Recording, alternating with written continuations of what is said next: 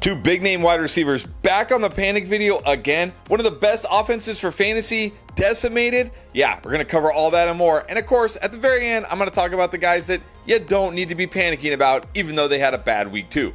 And for the second straight week, I am putting Brian Thomas Jr. on the panic video. Now, last week I said I was kind of on the fence about panicking about him because I'm like, this is a stud player. We can't give up on him after one game. But I was a little worried about what I had seen from Trevor Lawrence. Well, nothing made me feel better about week 2. I mean, look at this. This guy had 12 targets in this game against the Bengals defense. Only caught 4 passes for 49 yards. Sure, he did have that terrible drop at the end of the game that might have cost him the game, but there were many times, once again this week, where Trevor Lawrence just completely misses this guy. Trevor Lawrence sometimes looks great. You're like, wow, look at that throw. And then you're like, what is he doing out there? Like Dr. Jekyll and Mr. Hyde with Trevor Lawrence here. So I got to be a little nervous about Brian Thomas Jr. We're talking about a guy that only has 5 catches for 60 yards over the first 2 games. This is a guy you drafted late first round, early second round. That is not what you're looking for here. And look, I'm also a little nervous about Travis Hunter because last week we saw, okay, he led the team in targets. Everything was short, near the line of scrimmage. Fine, whatever. It's rookie game, first game, no big deal. This week we actually saw him play more snaps on defense than on offense because Jaron Jones left that game early with a back injury and they needed him on defense. If Jaron Jones misses time, they're probably going to need him on defense again, which means he's probably going to play more defense than offense again. He already did nothing in this game. If you started him, he killed you. But now I'm very worried that at least in the short term, he's going to be more of a defensive player than an offensive player. So right now, I'm very panicked about this entire Jacksonville passing game because Trevor Lawrence looks, like I said, Dr. Jekyll, Mr. Hyde. We haven't seen BTJ explode even with 12 targets here. And now we might see Travis Hunter play more defense than we want. And sure, Travis Etienne didn't boom this week, but if you started him, you're more than happy. 17 fantasy points, you're going to take that every week of the season. But I'm getting a little nervous here because in the first game without Tank Bigsby, what did we see? Bashaw Tutin, 8 carries, only 6 less than Travis Etienne. Had only 2 less catches than Travis Etienne, and he looked really good on his touches, including that screen pass. They were very nice, made that move, and took it in for a touchdown. I gotta think this is only going to become more and more of a 50-50 as it goes on. I'm probably going to put Bashaw Tutin on the buy low video, but I'm also going to say if there's an opportunity to sell high on Travis Etienne, and I said sell high, don't sell low, I think I would take advantage of it. And then, of course, we got to talk A.J. Brown. This is 2 weeks in a row where this guy has absolutely busted for your fantasy team, despite being a guy you took in the second round of fantasy drafts. This is now 2 straight games where Jalen Hurts has only attempted 22 passes.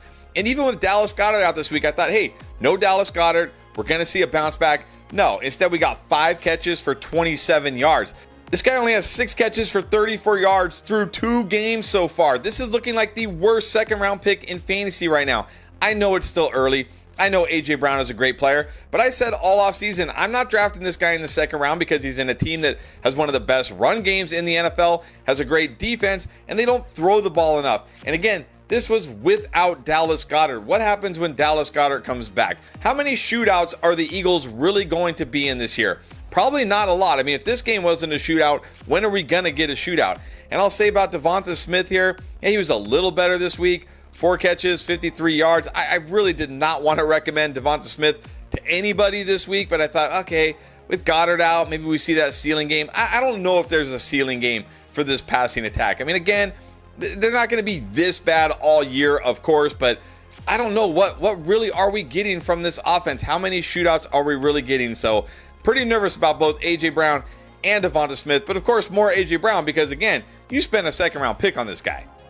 Then, of course, we got to talk the big injury, Joe Burrow. I mean, it seems kind of crazy, right? It's like the guy has like one healthy year where he balls out, and then the next year he gets hurt. He's kind of like the Christian McCaffrey of quarterbacks, I guess, but has a turf toe injury. We don't know the severity of it yet. The report I heard was he had a walking boot and a single crutch after the game, but we know Brock Purdy is missing 2, 3, maybe 4 weeks with this injury, so we got to think Joe Burrow is going to miss some weeks here, and this is not good for this offense. Sure, Jake Browning came in and led him to a win, but the guy also had 3 interceptions, only 2 touchdowns. Now, I will say Jamar Chase, he's probably fine. I mean, 14 catches, 165 yards, and a touchdown today.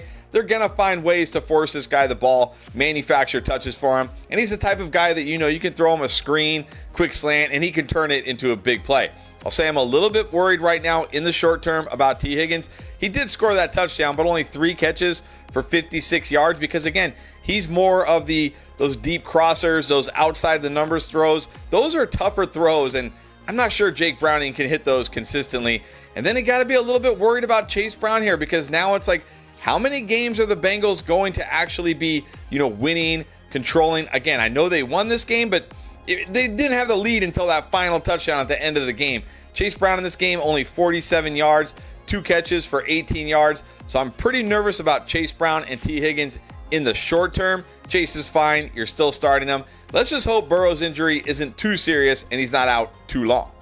Then I got to put DK Metcalf on here. I mean, sure, he saved his day with like a short touchdown, like a little 3-yard touchdown there, but through 2 games, he's got 7 catches for 103 yards, and one of those catches was a lucky deflection. It should be worse than that. But I'm really concerned about here is 6 players had 4 or more targets in this game, and last week 4 players had 4 or more targets.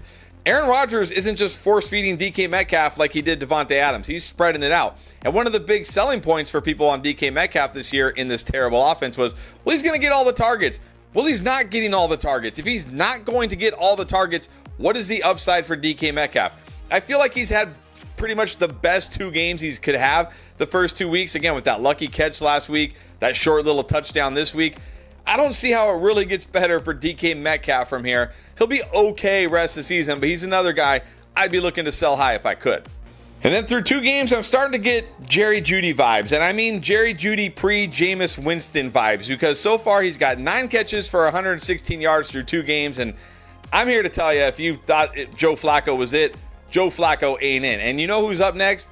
Dylan Gabriel, who's probably not it either. I don't really know how it gets better for Jerry Jeudy here unless they somehow go out and trade for Jameis Winston, but I don't think that's going to happen. I mean, look, Jerry Jeudy's probably not a guy you were counting on as your wide receiver 2, maybe even your wide receiver 3. Maybe he's just a flex for your fantasy team, but that's probably all he's going to be this year in this offense. We were worried about this offense, worried about this passing game. Nothing I've seen through the first 2 weeks have changed my mind about that. And then I hate the fact that I got to put Ricky Pearsall on this video. I did put him on the booms, thinking like, Mac Jones, Mac Jones can support him here. And look, Mac Jones could support him, like over 280 yards, 3 touchdowns.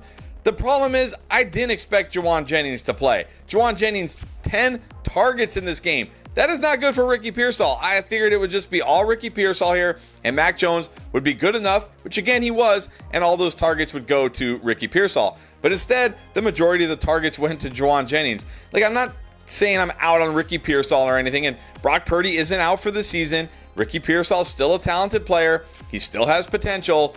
But with Jauan Jennings there, Brandon Ayuk coming back eventually, I don't know, maybe we're not going to see as big of a year from Ricky Pearsall as we thought, because again, the competition here, and don't forget Kittle coming back too. So Ricky Pearsall's still fine, but unfortunately, I don't think we're going to see the massive upside from Ricky Pearsall this year that we had hoped for. And I'll be honest, I expected way more from Calvin Ridley this week. I mean, on the one hand, he did lead the team in receiving. On the other hand, it wasn't a lot. And also, he tied for the team lead in targets with 6 with Iomanor and Chig Okonkwo. I really thought it would not be Iomanor this early, and Iomanor did have that touchdown, although it was, I say, a little fluky, but he did have that touchdown. But if we're really going to see Ridley have the ceiling I thought he was going to have, number 1, we're going to need to see him pull away as terms of target share go. But number 2, we're going to need to see Cam Ward get a lot better. I thought Cam Ward would play better this week. He really didn't. Maybe it's going to take some time here. So right now, I'm probably just going to tell people Ridley is a flex. I still think he has potential this year, but I can't lie, I'm getting a little nervous. And I'm definitely getting nervous about James Conner. Yes, he scored again, but only 12 total touches in this game. And he's had 2 fantastic matchups to start the year here. 2 great run defenses to face. What happens when he faces tougher defenses? What happens when Trey Benson gets more involved? We already saw in this game, Trey Benson was playing all of the 2-minute drill, getting the passing down work. That is not good for James Conner. James Conner needs to pretty much be the bell cow in this offense. And again, he's been solid the first 2 games because he's found the end zone, and he can continue to find the end zone.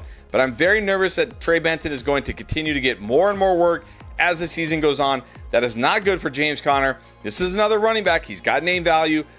He's had 2 good games. I think I'd be looking to sell high on James Conner right now if I could. And if for some reason you weren't panicked about Pacheco last week, you better be panicked about Pacheco now. I mean, I was already like, panicked, I'm out here, but I know some people weren't. But look, only 2 more carries than Kareem Hunt this week, had the same amount of catches, had less yards than Kareem Hunt. I mean, this is a 50-50 nightmare that I want no part of in KC. If you were holding out any hope for Pacheco, I don't know what to tell you. Outside of a Kareem Hunt injury, maybe, not sure how this changes. And then Hollywood, I kind of feel like, well, it was nice for a week, I guess, because really thought, I'm like, Hollywood needs volume this week. I talked about it on the 10 Vegas Secrets. If you watched that video, I said, hey, look, Hollywood needs volume, but it looks like he's going to get it because Worthy is out. Well, he didn't get the volume, and now we could see Worthy back next week. And even if we don't, we're probably going to see him back the week after. Then we're going to see Rashee Rice back. Hollywood Brown, like, yeah, it was great for that 1 week, and maybe if Worthy's out next week, he'll be startable, but it's looking like the run is over, what little bit of a run it was. Again, if I could flip Hollywood for anything right now, I'd be doing it. And then if you're counting on Tyrone Tracy to be your RB2 this year in fantasy, I got bad news for you, because it looks like Cam Skattebo absolutely took over this backfield. Out carried Tracy 11-5, got the goal line carry. And when you look at it in the second half of that game, when things really turned around, I'm not saying Skattebo turned that game around, but when the game really turned around for the Giants, they went to Skattebo over and over. It was hardly any Tyrone Tracy in that second half. I already said when Skattebo was drafted, I'm like, this guy is better than Tyrone Tracy. I think he's going to take over this backfield. Now, admittedly, this is not the most exciting backfield here. Like, the Giants backfield does not make me feel like, oh, league winner Cam Skattebo, but Skattebo's definitely the guy I would prefer going forward. Tyrone Tracy, I think, is very replaceable. I think he's going to get replaced. So, again, if you could flip Tyrone Tracy for anything right now, I would try. And then a week after having 1 target, Mark Andrews went all the way up to 3 targets. Woo! He did catch a touchdown. Unfortunately, it was punched out at the last second and didn't count. But well, what is it with Mark Andrews in the beginning of the year? Remember last year how bad he was at the beginning of the year? And this has been without Isaiah Likely. We could see Isaiah Likely back next week or the week after. What happens with Mark Andrews then? Look, I don't want to totally give up on Mark Andrews already. He's a good player. He's in a good offense. But you got to get some targets. You can't just expect this guy to have 1 catch for a touchdown every single week. So I'm totally fine benching Mark Andrews until further notice. Go out, stream tight end, or if you have one on your bench, put that guy in instead. And then Justin Fields did crash back down to earth this week. Even before he got that concussion late in the 4th quarter, he only had 27 passing yards through 3.5 quarters. Like, how is that even possible? That doesn't even seem like a real stat line here. He did have 49 rushing yards, so that's nice. And I still do think Justin Fields is going to be fine rest of the season. We're going to have games like this, though. It's Justin Fields, right? There's going to be weeks where it's like, oh, that was really bad. That's just kind of what you're going to get with Justin Fields. So I don't know if I'm going to say I'm panicking here on Justin Fields.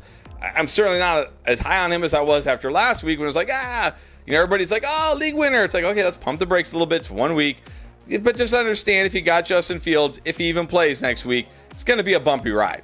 All right, now to the guys I'm not panicking about, despite the fact that they laid total eggs this week. Derrick Henry, yeah, okay, he did nothing this week, but come on, he's the king. He's Derrick Henry. You move on, you start him next week. Same with Jalen Hurts. Okay, yeah, they're not throwing the ball a ton, but he still runs. There's still the tush push. Jalen Hurts is going to be fine. Then I know Garrett Wilson did not boom this week, because I just talked about it. Justin Fields, only 27 passing yards, but even if it's Tyrod Taylor, he's good enough. I think Garrett Wilson will be just fine. And same with Breece Hall. Yes, look, the Jets offense just absolutely struggled today. It is what it is, right? Kind of like the Lions last week. They all struggled, but we saw what happened with the Lions this week. Not saying the Jets are going to rebound that way. I'm just saying it happens sometimes. Breece Hall still dominated the touches here. He's going to be fine. And sure, it was frustrating seeing Blake Corum vulture a touchdown. And look, he actually got 5 carries for 44 yards. He didn't look half bad, but this is still Kyren Williams' backfield. Don't panic here. He had 17 carries, caught 2 passes. Kyren Williams will be just fine. Don't panic here. And I know Marvin Harrison Jr. disappeared this week, and you're probably having PTSD from last year, like, oh, he's going to have a good game and then he's going to disappear. I think it's going to be okay here, though, because his usage in week 1, his route, like the routes they asked him to run in week 1 were way, way better. It just felt like him and Kyler were off today for some reason. Maybe it was J.C. Horn. I don't know. I think Harrison's going to be okay. And same with Courtland Sutton. It was really weird. Like, Bo Nix had a monster game. Troy Franklin's going off, and then Courtland Sutton's like doing nothing, absolutely nothing in this game. But come on, give him the benefit of the doubt. This guy's been mostly very good in every game with Bo Nix. he gets a pass. He gets a pass for 1 week at least.